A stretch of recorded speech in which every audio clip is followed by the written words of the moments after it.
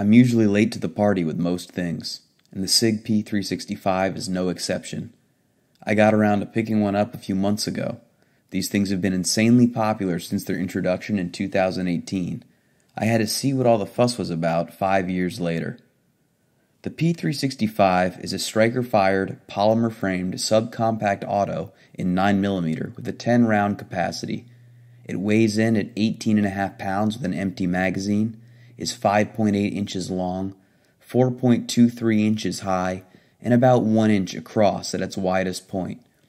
It comes stock with a set of Sig's night sights, and the current version of 365 comes milled for an RMSC footprint optic. It is available with or without manual safety. I opted for mine with the safety just due to personal preference. The trigger is fairly light and short, and it lacks a trigger safety like you would find on a Glock and has a fully tensioned striker. There are advantages and disadvantages to both, so do your research and weigh your options and make your decision from there. I'm not going to get into that on this video. P365s are unique from other common designs in that the fire control unit is the serialized component of the firearm, not the frame, which makes the pistol modular in that you can swap grip frames and slides within the 365 family and a constantly growing aftermarket. As you can see, I put this Wilson Combat frame on the P365, which was my plan from the beginning.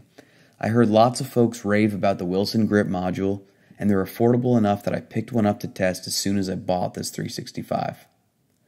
Okay, on to the why for me.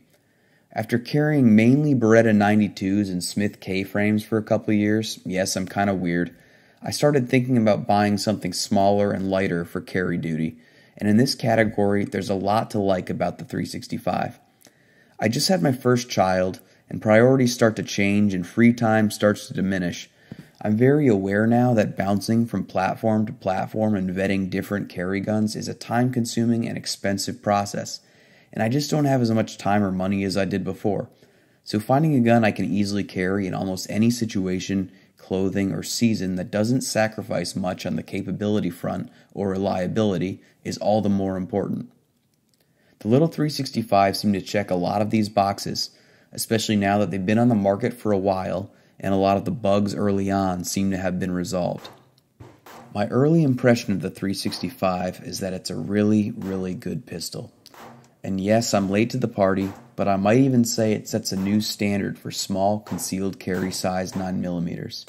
It really is small, like snub-nosed revolver small, but packs 10+1 rounds of an effective defensive cartridge, has the ability to easily take an optic, and importantly, it shoots great, especially considering its size and weight.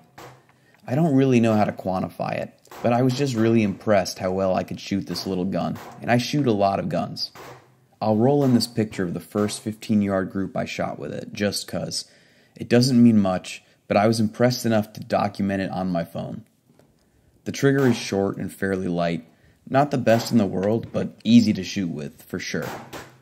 I have a lot of time on a Glock 48 and a Smith & Wesson Shield, two guns that are actually a bit bigger than the P365 but would be considered slimline pistols similar to the 365, and love them both.